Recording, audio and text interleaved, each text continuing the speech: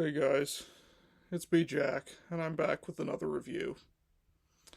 Well, we're approaching that time of year again, so I figured it was about time that I took a look at one of the worst holiday specials ever created.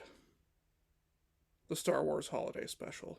Released in 1978, the special was so awful that even George Lucas himself made sure that it never aired on television again. He has stated that if he could, he would destroy every last remaining copy of it. For a while, the special was thought of as some sort of urban myth, but now it is very easily accessible. But is the special really as awful as its legendary reputation suggests? Well, that's what I'm here to determine. Let's take a look at the Star Wars Holiday Special. The special centers around Life Day. That's right, Life Day, which I guess is the Wookiee equivalent of Christmas. Chewbacca and Han Solo are avoiding the Empire in order to get home to Chewbacca's planet and celebrate Life Day with his family. Now, you'd think that seeing how this is Star Wars, the special would focus on them. But no, the majority of the focus is put on Chewbacca's family. Yeah, that's right. A Star Wars special where the main Star Wars characters are barely in it. Sure, they pop up every once in a while, but for the most part, the focus is on these new characters.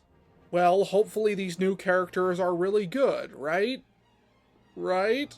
We have Chewbacca's wife, Mala, his father, Itchy, and his son, Lumpy. Yeah, that's a nice name to give to your son. Now, something that I've heard a lot of people criticize about this special is the fact that we don't really know what the Wookiees are saying.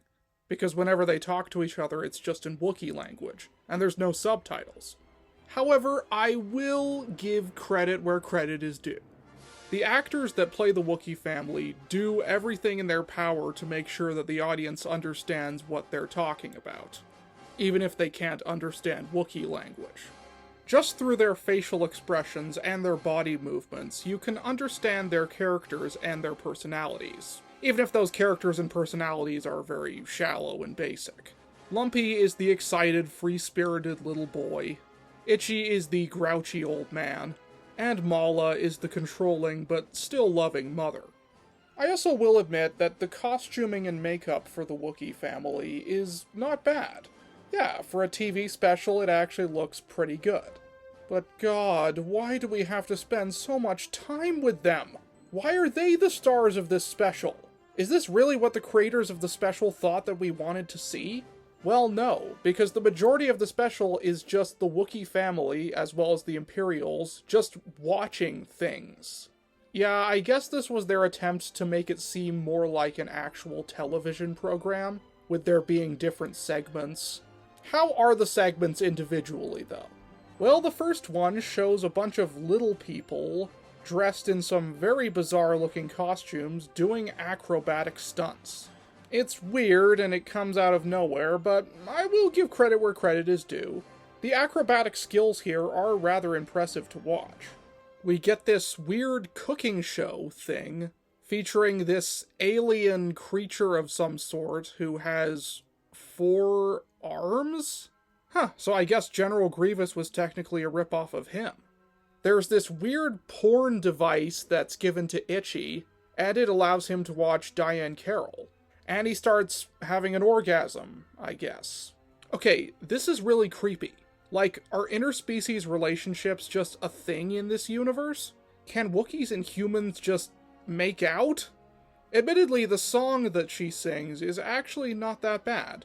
Yeah, it's rather nice, albeit not too memorable. It would do fine as, say, an opening title song for a James Bond movie. Reality is sweet this minute.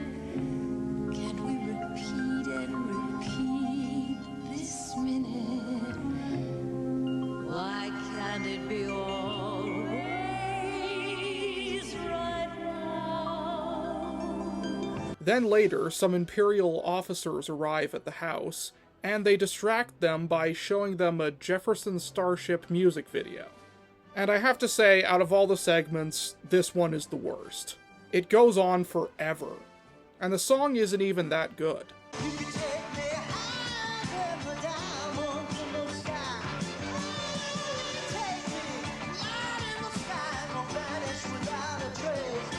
Plus, it just really shows how little the creators of this special understood Star Wars. They're just like, what kind of music group could we include in a special based off of a movie called Star Wars? I got it. The Jefferson Starship. Because, you know, they've got the word Starship in their name. After this, we get what many people consider to be the best segment in the movie, the cartoon segment. And I can see why. It centers around Luke Skywalker and the gang going after a talisman, and they run into Boba Fett. The main reason why people remember this cartoon is because it marked Boba Fett's first appearance. And yeah, that is pretty cool. Outside of that, though, this cartoon is still not good. The animation is very poor. Some of the character designs are downright creepy. Like, look at Luke Skywalker's eyes. Ugh, it's gonna give me nightmares. Or how about this bit with Han Solo? He has his eyes closed, then he opens them briefly, and then closes them again. There's also this bit where Han starts moving his lips before the audio of him talking actually comes on. What happened? It is cool, though, that the design that they used for C-3PO in this cartoon would later come back in the Droids cartoon. And the plot of this cartoon is pretty lackluster as well. They go looking for the talisman, they team up with Boba Fett, only to realize that he's evil. Do we get some sort of final confrontation with him? No, he just fucks off. Wow, what a great introduction for one of the most popular Star Wars characters. Ultimately, I think the reason why most people like this segment the most is because it feels the closest to Star Wars, which is really a testament to just how bad the rest of the special is, and how much it just doesn't feel like Star Wars. Then we come to the segment where a robot shows you how to build a transmitter.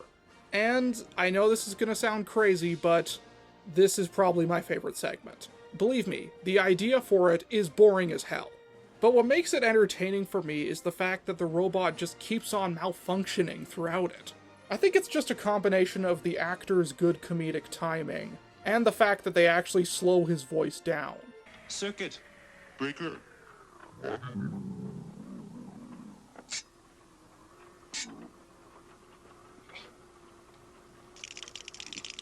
It's awkward for sure, but I think it's pretty entertaining. Then we get the Life on Tatooine segment, where B. Arthur plays the owner of a cantina in Mos Eisley. Yeah, let the randomness continue. There is admittedly this nice moment where this man who has this hole in his head that he pours his drinks into tries to sort of hit on her. And it's actually rather sweet. But oh no, it looks like the Empire is closing the bar down. So we get another song number. And while her voice isn't quite as nice as Diane Carroll's, I do still enjoy this song number. When I let go of the fact that it's in Star Wars and Star Wars should not have songs, it's actually not too bad. I especially like the way they incorporate the iconic Cantina band music from A New Hope. Good night, but not goodbye.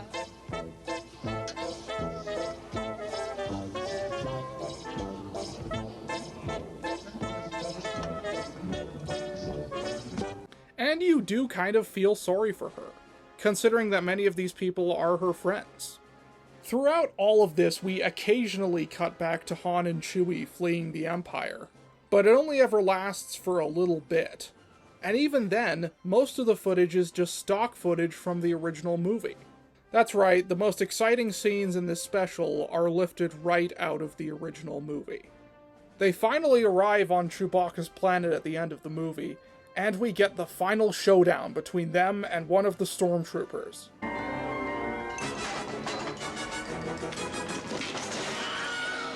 Really?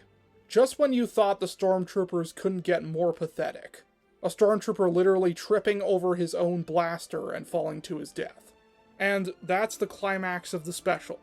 Yeah, remember all those other Star Wars movies where they had the big epic battle and lightsaber duels at the end? Here, we just have a stormtrooper tripping. Oh, but that's not the ending. The Wookiees go through this strange portal in the middle of space, and it leads them to this temple that has mist everywhere. All of the characters are there, and C-3PO says something that doesn't really make sense. It is indeed true that at times like this, Artu and I wish that we were more than just mechanical beings. And were really alive, so that we could share your feelings with you. Yeah, never mind the fact that 3PO has clearly shown plenty of human emotions in the movies. Anger, fear, excitement. This is just a weird, confusing line. As far as I'm concerned, he's pretty close to being human. And then Princess Leia sings a cheesy Life Day song. We celebrate a day of peace, a day of harmony. Ugh. At least the other songs were sung by characters who weren't in any of the movies, but seeing Princess Leia singing, it just kicks me in the groin, man. And you can just see on Harrison Ford and Mark Hamill's faces that they're suffering just having to listen to this. The special ultimately ends on a clip show, showing scenes from the original Star Wars. Well, at the very least, this special can remind you that it was based off of something actually good. The Star Wars Holiday Special is something that I can't even put into words. It is one of the strangest and most bizarre things ever created by mankind. It's so clear that the creators of this special just saw that Star Wars was successful, didn't care to understand why, and used it as an excuse to make their own shitty little holiday special. Well, congratulations, you did. And it's awful. But, in a strange way, it is still kind of entertaining. Again, awful, absolutely awful. But the whole thing is just so unnatural that it kind of pulls me in. This special is like a drug. It's not good for me, but I can never be rid of my need for it. Besides that, though, there is a segment every once in a while that I do rather enjoy, even if it still doesn't fit at all with the universe of Star Wars. This special truly is the worst piece of Star Wars media ever. Say what you want about the prequels or the sequels, but those were at least well-made movies, and they did still have some of the things that made Star Wars so great. This has barely any at all. This special is Bantha Poodoo, and I am ultimately going to give it a 2 out of 10. It probably would have been a 1 had it not been for the transmitter segment and the Cantina segment. Thanks for watching, happy Life Day, and I'll see you next time.